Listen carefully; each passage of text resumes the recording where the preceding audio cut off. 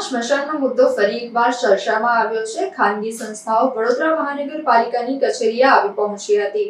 વડોદરામાં સ્મશાનનો મુદ્દો ફરી એકવાર ચર્ચામાં આવ્યો છે. ખાનગી સંસ્થાઓ મહાનગરપાલિકાની કચેરીએ આવી પહોંચી હતી. કમિશનર અરુણ મહેશ બાબુ સાથે બેઠક યોજાઈ હતી.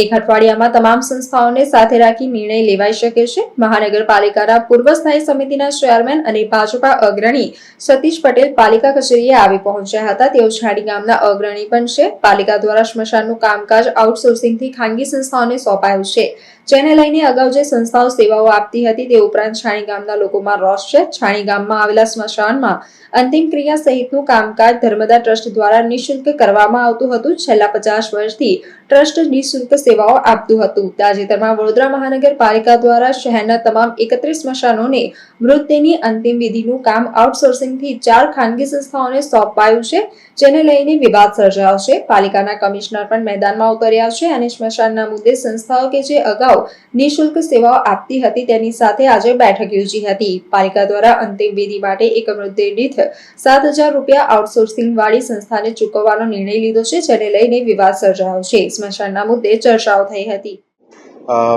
સૌપ્રથમ મીડિયાના મિત્રોને આભાર. આજના જે મીટિંગ હતી લગભગ જે સ્મશાન બાબતનું છે, સિટીમાં લગભગ 10-15 દિવસથી આ જે વિવાદ ચાલી રહ્યા છે એમાં અલગ અલગ સંસ્થાઓ દ્વારા વિરોધ કરવામાં આવ્યો, અમુક રજૂઆતો સાંભળવામાં આવી છે. એટલે આજે એ લોકો મારા સમય પણ લીધા હતા અને મળવા માંગતા હતા, એટલે એમને એકસાથે મળવાનો આજે મોકો આપ્યો હતો. સાથે સાથ કન્સર્ન ડેપ્યુટી કમિશનર હેલ્થને પણ સાથે રાખીને આગળનું કાર્યવાહી માટે અમે હાથ ધર્યા હતા. એમાં જે લગભગ ફેબ્રુઆરી-માર્ચ મહિનામાં જે ઠરાવ થયેલી હતી, આ ઠરાવના આધારે અમુક સંસ્થાઓ દ્વારા જે ચલાવતી હતી એ પ્રક્રિયાને એક થોડું ડિવિએશન કરીને કોન્ટ્રાક્ટ પદ્ધતિથી જ કરવા માટે નક્કી કરવામાં આવ્યું હતું. એને અમે પૂરો અભ્યાસ કરી છે, જે ટેન્ડર કન્ડિશન્સને અભ્યાસ કરી છે. એમાં 4 એજન્સીસને કામ સોંપવામાં આવ્યું હતું 31 સ્મશાનો બાબતમાં.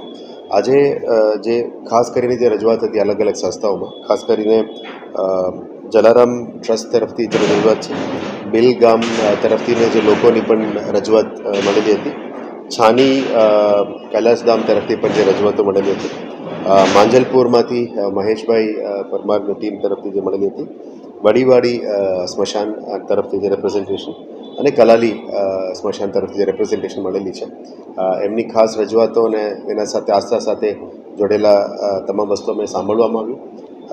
એની અંદર જે એ લોકોની પણ અમુક રજૂઆતો હતી કે જે પહેલાં ચાલતી હતી અને હવે જે ફેરફારો થયા છે, એટલે આ જે વિવાદને અંત લાવવા માટે અથવા એની અંદર શું નિરાકરણ થઈ શકે એના માટે અભ્યાસ કરવા માટે અમે એક નાનકડી કમિટી પણ ફોર્મ કરી છે.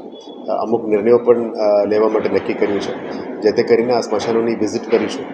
વિઝિટ કરીને ત્યાં સ્થાનિક લેવલમાં શું પ્રશ્નો છે, ત્યાં ઇન્ફ્રાસ્ટ્રક્ચરલ સપ્લાઈઝ જે પણ છે એ વીએમસીની માલિકીની જે જેટલા પણ સ્મશાનો છે એની અંદર ઇન્ફ્રાસ્ટ્રક્ચર સપોર્ટ, જે શેડ્સ હોય, ત્યારના ઇન્ફ્રાસ્ટ્રક્ચર સપોર્ટ હોય, દિવાલ હોય, ઇલેક્ટ્રિસિટી કનેક્શન હોય, ગેસનું હોય, સ્વચ્છતાનું હોય, ગાર્ડન ક્લિનિંગનું હોય, કદાચ એમ્બ્યુલન્સીસ પ્રોવાઈડ કરવાની વસ્તુ હોય, બધા જે બીએમસીની જવાબદારીમાં બને છે એને સર્વિસીસને સ્મૂથ કરવા માટે અમે માંગીએ છીએ. આવનારા દિવસોમાં 31 સ્મશાનમાં રિપોર્ટિંગ મિકેનિઝમ સારી રીતે થાય એના માટે વીએમસી તરફથી 31 સ્ટાફ રિપ્રેઝેન્ટેટિવ રિપોર્ટિંગ માટે અમે મૂકવાનું નક્કી કર્યું છે, જેથી કરીને ડેઇલી જે સિસ્ટમ્સ ચાલી રહ્યા છે એ સિસ્ટમ ઉપર સ્મૂથ આવે. પણ આ જે સંસ્થાઓ 6-7 સંસ્થાઓ ચાલી રહ્યા છે એને ડિસ્ટર્બ ના કરતા એમને સાથે મળીને કેવી રીતે એને ચલાવી શકાય એ બાબતનું ચર્ચા પણ થઈ છે. એટલે આવનારા દિવસોમાં વિઝિટ કરીશું. વિઝિટ કર્યા પછી આ 31 સ્ટાફ છે ત્યાં અમે નિમણૂક કરીશું, એ રોજ અથવા અઠવાડિયામાં 2 દિવસ 3 દિવસ ઓલ્ટરનેટ ડેઝમાં જઈને રિવ્યૂ પણ કરી આવશે. એ રિવ્યૂ આવ્યા પછી ડેપ્યુટી MOH છે દરેક ઝોનમાં, એ લોકો પણ રિવ્યૂ કરીને ડેપ્યુટી કમિશનર હેલ્થને રિપોર્ટ કરશે અઠવાડિયામાં. 15 દિવસમાં every time I will also be reviewing it. એટલે વીકલી રિવ્યૂ ડીએમસી તરફથી થાય, જેથી કરીને એક સ્મૂથ મિકેનિઝમ ઊભું કરવા માટે માંગીએ છીએ. અંતિમ ક્રિયામાં જોડેલા આસ્થા સાથે છેડછાડ ના કરે અને એની બાબતમાં જે પણ સ્મૂથ પ્રોસેસ માટે આવનારા દિવસોમાં ખાસ કરીને છાની ગામ અને ભીલ ગામમાંથી જે ઓજી વિસ્તારમાંથી પણ નવા વીએમસીમાં આવેલા છે એ લોકોને ખાસ કહેવું હતું કે વર્ષોથી એમને આસ્થા સાથે જોડેલા છે, ગામડાના માણસો પણ છે, લાકડાઓ પણ ગામડામાંથી આવે છે, એને સ્મૂથ કેવી રીતે ચાલવી છે, પાવતી બાબતો પણ ચર્ચા કરવામાં આવી હતી. પછી સંસ્થાઓની ડોનેશન બાબતમાં પણ ચર્ચા કરવામાં આવી. પછી વીએમસીની શું જવાબદારી રહેશે એના ઉપર પણ ચર્ચા કરવામાં આવી છે. એટલે આવનારા દિવસોમાં આને સ્મૂથ કરવા માટે તમામ પગલાં વીએમસી તરફથી લેવામાં આવશે. અને આ જે પણ લાગણીઓ છે, લોકોની લાગણીઓ અને આસ્થા સાથે જોડેલા છે, એને છેડછાડ ના કરતા કેવી રીતે આગળ વધી શકાય એના માટે સ્મૂથ પ્રોસેસ આવનારા 10-15 દિવસની અંદર અમે ક્લિયર કરવા માટે આજનું મિટિંગ બોલાવવામાં આવ્યું. અને આવનારા દિવસોમાં અમે ખાતરી આપીએ છીએ કે વીએમસી તરફથી આ પ્રોસેસ આખું સ્મૂથ થઈ જશે. અમે ફોર્મ્યુલા ટ્રાય કરી રહ્યા છીએ, એમના જોડે પણ વાત થઈ છે. અમુક એમઓયુઝ પણ કરવામાં આવશે કે વીએમસીનું કયા રોલ રહેશે, સંસ્થાઓની કયા રોલ રહેશે, ઇન્ફ્રાસ્ટ્રક્ચર કોનો રોલ રહેશે, સર્વિસીસનો કોનો રોલ રહેશે. પાવતી બાબતમાં પણ ચર્ચા થઈ, એની રજૂઆત મળેલી છે. એટલે we are working out a neutral formula, જેથી કરીને how can trust and VMC કો એક્ઝિસ્ટ, આ બંને સર્વિસીસ કો એક્ઝિસ્ટ કેવી રીતે કરી શકાય એ બાબતમાં અત્યારે મેં આગળનું કાર્યવાહી કરવા માટે નક્કી કર્યું છે. ના, અમુક શરતો ફેરફાર કરવામાં આવશે, કારણ કે આ ફેરફાર વગર તો સિસ્ટમ ચાલી ના શકે. એટલે આની અંદર ક્લોઝ પણ છે, commission can take up those changes.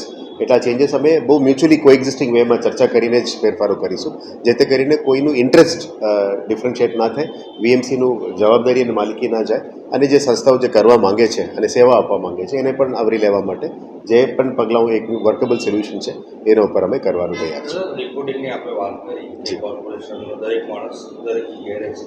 હવે અહીંયાના કોઈ અધિકારી રહેશે, કર્મચારી રહેશે કે પછી પણ આઉટસોર્સિંગ? ના, આપણા કર્મચારી ડાયરેક્ટ પરમનન્ટ કર્મચારી અમે રિપોર્ટિંગ માટે મૂકીશું, જેથી કરીને ડાયરેક્ટ રિપોર્ટિંગ આપણા પાસે આવશે.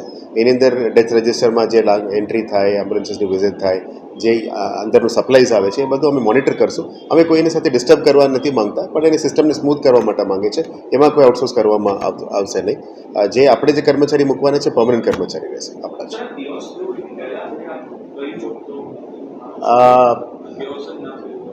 આઈ am not answerable for that, because આ અત્યારે પ્રોબ્લેમ આવ્યું છે ત્યારે જ અમે સોલ્યુશન લાવવા માટે ટ્રાય કરીએ છીએ. જે અગાઉ થયેલી છે, I don't want to comment on it.